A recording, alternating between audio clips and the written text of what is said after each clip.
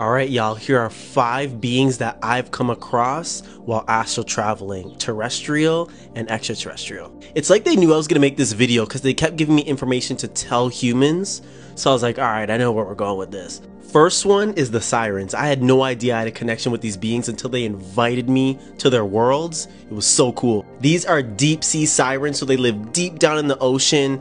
They don't like humans because of how humans have treated them and their cousins, the mer people. So at one point the mer people tried to mesh with humans, you already know that history, and it didn't work out, and so they decided to go back into hiding. But humans were evil, bro, to these guys. Mer people are a lot more warrior-like and a lot more fierce, you could say, and they live in these like underground cities that are kind of like cave systems. Yes, they get shapeshift into humans, not as often as the mer people because the mer people are closer to the surface, but when they do, you could tell that they're sirens. One, because their eyes, they're really bright, or two, because of their teeth, they're like really sharp. Number 2 is Sasquatches. Now these beings' culture is interesting. They live in deep forested areas. We're talking Appalachian Mountains and the rainforest there, which are beautiful. Alaska, Russia, Scandinavia, Argentina, Chile, those type of areas. I astral traveled to the Appalachian Mountains and they were there and they saw me, and they get aggressive first because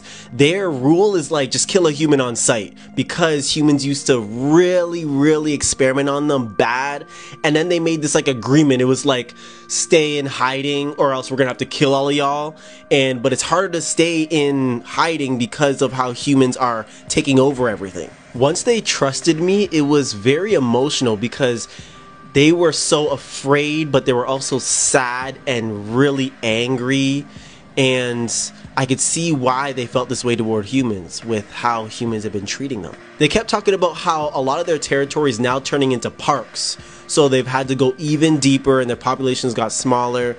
Very interesting talking to these guys. Number 3 is reptilians. Now there's different types. There's like alpha draconians with wings. There's the classic looking reptilians, smaller versions. And we also have dragon reptilians. Yes, and they can shapeshift. There was a lot of factions that left the main group, which was the NAA, the Negative Alien Agenda, or the Siakar Empire, because they were so focused on conquest, and these other factions were like, yo, we don't want to take over everything. Most of the wars that happened in the galaxy were related to these beings because they were so obsessed with taking over everything. But they are really strong, very powerful warriors, and especially when they're of the light, they're powerful healers. Next up is dragons, and you know I love these beings, and what's interesting about them is they can be positive or negative, but no matter what, they are great beings of the universe. Almost all beings in the galaxy have a dragon guide, a dragon leader, or a dragon protector, because this is like dragons' purpose for being in the universe. Essentially, they're protectors for all life in the universe, and a lot of Earth people have worked with them, like for example the Chinese, huge, and so many other cultures. But know this, the dragons are here and they're everywhere. And remember that there's so many different types of dragons. There's lightning dragons, fire dragons, ether dragons, earth dragons, so many different types, and you notice that they're attached to a certain universal element. This is a common thing for dragons, is to be attached to a certain element and provide that energy for certain civilizations and people or beings that need it. Now the last one is archangels. These beings are very interesting because they are like the police of the universe, and they make sure that the structure of reality maintains itself, and they do whatever work necessary to make sure that the universal plan continues. So this means they have access to all densities, and they work on all densities in different ways. And you already know they serve source, God, universe, whatever you want to call it, the greater energy that we all are.